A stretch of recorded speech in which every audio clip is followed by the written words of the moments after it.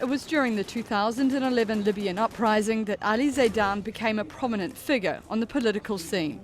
A former Libyan diplomat, he fled into exile 30 years earlier, defecting from Muammar Gaddafi's regime. He spent the next 3 decades in Switzerland, working as a human rights lawyer. During the revolution, Zeidan served as the National Transitional Council's Europe envoy, and is credited as having played a key role in persuading French President Nicolas Sarkozy to support the anti-Gaddafi forces.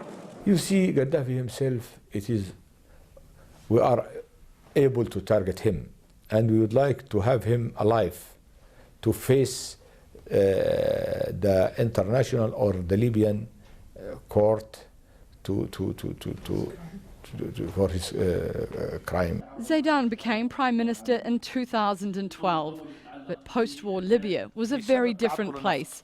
Those rebels who helped overthrow Gaddafi were now heavily armed and organised.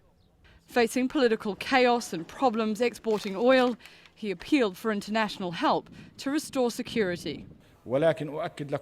I reassure you that the will of the people that created that revolution will build the state of institutions, rule of law and honor obligations with neighboring countries and work for the promotion of peace and security.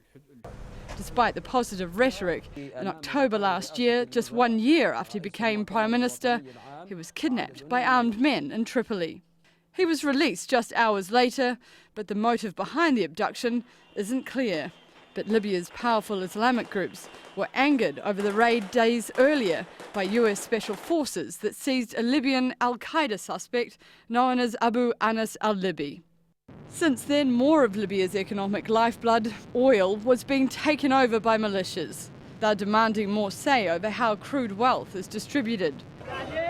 Just over a week ago, there were angry protests calling for Zeidan to step down, but ultimately it was Tuesday's escape of a North Korean ship laden with hundreds of thousands of barrels of oil from a rebel-held port that appeared to be his downfall.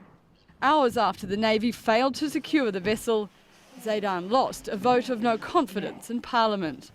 Ousted from power, Zeidan was also accused by top prosecutors of embezzling state funds. He's now reported as having fled and now en route to Europe. Libya's defence minister has now been appointed as acting prime minister until a new one is elected. Both he and any new leader will still be faced with a country with its security, government and economy in turmoil. Erica Wood, Al Jazeera.